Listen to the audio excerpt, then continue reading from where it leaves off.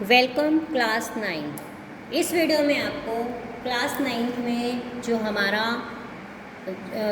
व्याकरण का पोर्शन है अलंकार, तो आपको अलंकार के कुछ एमसीक्यू क्वेश्चन इस वीडियो में आपको बताए जाएंगे। तो देखिए, शुरू करते हैं वीडियो को। पहला क्वेश्चन है अलंकार का अर्थ है। सबसे पहले यही क्वेश्चन आ गया कि देखिए अलंकार किसे कहते हैं या अलंकार का क्या अर्थ है। ऑप्शन देखिए, सुंदरता का साधन, सुंदरता का माध्यम, शिल्प कला, काव्य की शोभा। तो अलंकार क्या होते हैं? अलंकार जो है सुंदरता का साधन है, मतलब काव्य को सुंदर बनाने के लिए प्रयोग किया जाता है, तो सुंदरता का साधन है।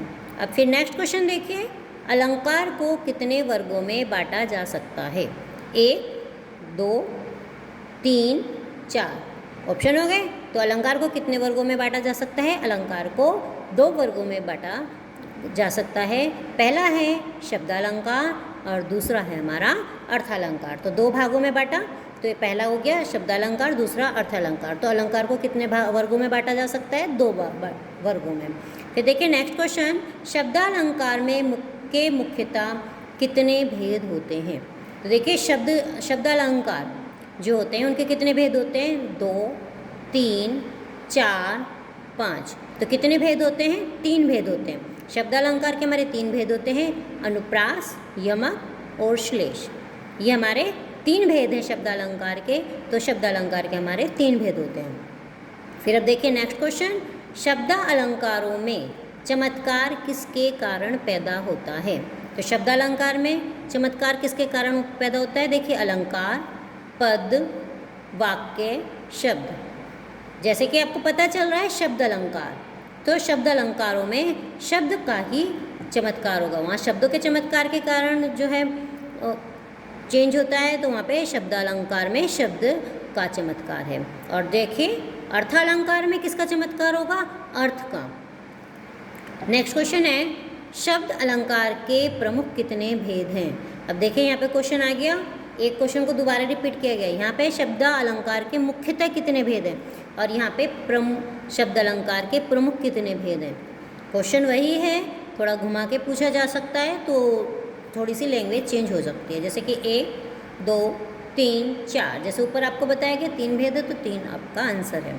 फिर नेक्स्ट क्वेश्चन है, निम्नलिखित में से कौन अर्थालंकार का भेद नहीं है? अब देखिए आपको शब्द अलंकार के 3 भेद पता चल गए, अनुप्रास, यमक, श्लेष। तो अब यहाँ पर है अर्थालंकार का भेद नहीं है। तो ध्यान रखिएगा, जो हमारे वो 3 अलंकार के नाम है वही एक अलंकार का नाम यहाँ पर लिखा हुआ। कोई ज़रूरी नहीं है जो यहाँ पर लिखा हुआ वही मिलेगा, तीनों में से कोई भी हो सकता है। जैसे रूपक, उपमा, अतिशयोक्ति और यमक। तो कौन सा हो गया हमारा? यमक जो है हमारा किस में है? अनुप्रास अलंकार, उसमें शब्द अलंकार में। शब्द अलंकार के 3 थे ना, अनुप्रास, यमक, श्लेष। तो ये हमारा यमक यहाँ पर आया हुआ है। तो अर्थालंकार का भेद नहीं है यमक। और अर्थालंकार के कितने भेद होते हैं? 5 भेद होते हैं। ठीक है, मुख्य जो है 5 माने जाते हैं। अब देखिए यहाँ पे यमक आ गया, यमक की जगह यहाँ पे अनुप्रास भी लिखा हुआ हो सकता है, श्लेष भी लिखा हुआ हो सकता है। तो इसलिए आपको अपने वो 3 जिसके 3 भेद हैं, तीनों के नाम हमें अच्छी तरीके से पता होने चाहिए। ठीक है, अब देखिए नेक्स्ट चलते हैं। एक ही शब्द का एक से अधिक अर्थ होने पर कौन सा अलंकार होता है? एक ही शब्द का जब एक से अधिक अर्थ होगा तो कौन सा अलंकार होगा? उपमा, यमक, श्लेष और उत्प्रेक्षा। तो देखिए इसमें जो है एक से अधिक अर्थ हुआ तो कौन सा अलंकार हो गया हमारा? श्लेष। श्लेष अलंकार ऐसा है जिसमें एक शब्द के एक से अधिक अर्थ होते हैं। ठीक है, फिर नेक्स्ट क्वेश्चन है, निम्नलिखित में से कौन उपमा अलंकार का अंग नहीं है? अब देखिए कौन सा जो है उपमा अलंकार का अंग नहीं है? उपमेय, उपमान, चमत्कार, वाचक शब्द। उपमा अलंकार का जो है अंग उपमेय भी है, उपमान भी है, वाचक शब्द भी है। क्या है? चमत्कार। चमत्कार जो है उपमा अलंकार का भेद नहीं है। ठीक है बेटा, अब देखिए नेक्स्ट देखिए, मानो, मनहूँ, जानो, जनहूँ, ज्यों, जनू आदि शब्दों का प्रयोग किस अलंकार में होता है? देखिए जब आपने अलंकार की दूसरी वीडियो जो देखी होगी उसमें आपको पहचान भी बता रखी है कि इन शब्दों का प्रयोग कौन से अलंकार में होता है। देखिए उपमा, रूपक, उत्प्रेक्षा, मानवीकरण।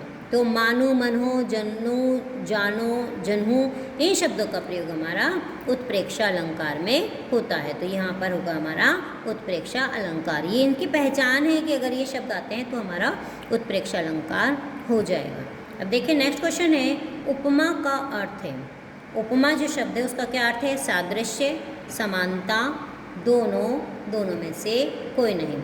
तो उपमा का अर्थ होता है दोनों, वो सादृश्य भी होते हैं और दोनों में समानता भी होती है, उसके जैसे दिखते भी हैं और समानता भी होती है। अब देखिए नेक्स्ट क्वेश्चन है, जब किसी वस्तु या व्यक्ति की तुलना अत्यंत समानता के कारण किसी अन्य प्रसिद्ध व्यक्ति या वस्तु से की जाती है तो वहाँ पर कौन सा अलंकार होता है? जब किसी भी व्यक्ति या वस्तु की तुलना किसी भी प्रसिद्ध वस्तु से की जाएगी तो वहाँ पे कौन सा अलंकार होगा? देखिए, उपमा, रूपक, उत्प्रेक्षा, मानवीकरण। तो वहाँ पर हमारा उपमा अलंकार होगा। उपमा अलंकार की विशेषता यही है कि किसी भी व्यक्ति की तुलना जो है किसी भी प्रसिद्ध व्यक्ति या वस्तु से करते हैं। अब देखिए नेक्स्ट क्वेश्चन है, जहाँ जड़ पदार्थों पर मानवीय भावनाओं का आरोप होता है वहाँ कौन सा अलंकार होता है? जब कोई जड़ पदार्थ होता है, किसी प्रकृति से या किसी भी जड़ वस्तु से की तुलना जो है मानवीय भावनाओं से की जाती है, मतलब किसी मनुष्य से की जाती है, तो वहाँ पे कौन सा अलंकार होगा? देखिए, उपमा, रूपक, उत्प्रेक्षा, मानवीकरण। तो वहाँ पर हमारा मानवीकरण अलंकार होगा। इसका उदाहरण भी आपको आगे मिलेंगे, जो आपने वीडियो देखी होगी तो वीडियो में आपको पता चल जाएगा, दे रखे हैं वहाँ पर उदाहरण भी। अब देखिए नेक्स्ट क्वेश्चन है, जब गुण की अधिक समानता के कारण उपमेय में उपमान का अभेद आरोप कर दिया जाता है तो वहाँ पर कौन सा अलंकार होता है? मतलब जहाँ पर गुण की बहुत अधिक समानता होती है और दोनों को मिला दिया जाता है तो वहाँ कौन सा अलंकार होगा? उपमा, रूपक, उत्प्रेक्षा, मानवीकरण। अब देखिए मानवीकरण में क्या है? किसी जड़ का मानव के रूप में। उत्प्रेक्षा की पहचान क्या बताई थी? जनु, जानो, मनु, ये हो गया। उपमा में क्या था? अब उपमा अलंकार में किसी व्यक्ति या वस्तु की तुलना किसी प्रसिद्ध व्यक्ति से की जाएगी तो कौन सा बचा हमारा? यहाँ पर रूपक बचा। तो जो है अधिक समानता के कारण जो उपमेय में उपमान का भेद होता है वहाँ पर हो गया हमारा रूपक अलंकार। अब देखिए यहाँ पर, चरण कमल बंदो हरिराई में कौन सा अलंकार है? ये जो है चरण को कैसे करें? कमल जैसा बताया, तो चरण कमल के दोनों में उपमेय में उपमान का जो है अभेद हो गया। तो देखिए अनुप्रास अलंकार है यहाँ पर? नहीं है। अनुप्रास में क्या है? एक ही वर्ण की आवृत्ति 2 या 2 से अधिक बार होगी। तो यहाँ पे कोई भी वर्ण 2 बार रिपीट नहीं है। देखिए चे, के, बे, है, रे, है ना। फिर यमक अलंकार। यमक अलंकार में क्या हो गया? अनुप्रास के बाद यमक, मतलब एक शब्द जो है 2 बार आएगा और दोनों बार उसका अर्थ अलग अलग होगा, ठीक है। फिर है उपमा अलंकार। उपमा अलंकार में क्या था? उपमा अलंकार में किसी भी वस्तु की तुलना किसी प्रसिद्ध वस्तु से की गई, ऐसा नहीं है इसमें।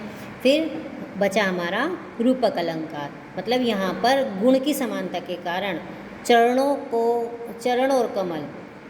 को कमल की तरह बताया है ना, कि जो चरण थे वो कमल के समान है। तो गुण की समानता के कारण यहाँ पर आ गया हमारा रूपक अलंकार, आंसर हो गया। समझ में आ गया ना आप लोगों को। अब देखिए नेक्स्ट चलते हैं, कालिंदी कूल कदम्ब की डारन में कौन सा अलंकार है? अब देखिए यहाँ पर अनुप्रास अलंकार, यमक अलंकार, उपमा अलंकार या फिर रूपक अलंकार। सबसे पहले देखिए यहाँ पर के, तो यहाँ पर कै वर्ण की आवृत्ति बार बार हो रही है, तो यहाँ पर हमारा अनुप्रास अलंकार हो गया। देखिए अब नेक्स्ट है, नील गगन सा शांत हृदय था सो रहा में कौन सा अलंकार है? देखिए अनुप्रास अलंकार, यमक अलंकार, उपमा अलंकार या फिर रूपक अलंकार। तो कौन सा अलंकार है? नील गगन सा।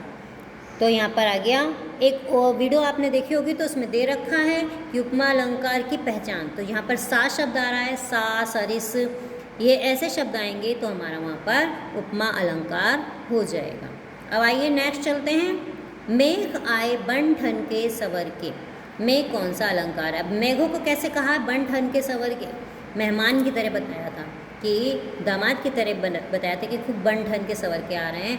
इंसान का जो है उसमें बोध कराया जा रहा है, मतलब जड़ में जो है मानवीय भावनाओं के लिए बताया जा रहा है, तो यहाँ पे कौन सा अलंकार हो जाएगा? देखिए, अनुप्रास अलंकार, मानवीकरण अलंकार, उपमा अलंकार या फिर रूपक अलंकार। तो यहाँ पर हमारा मानवीकरण अलंकार हो जाता है।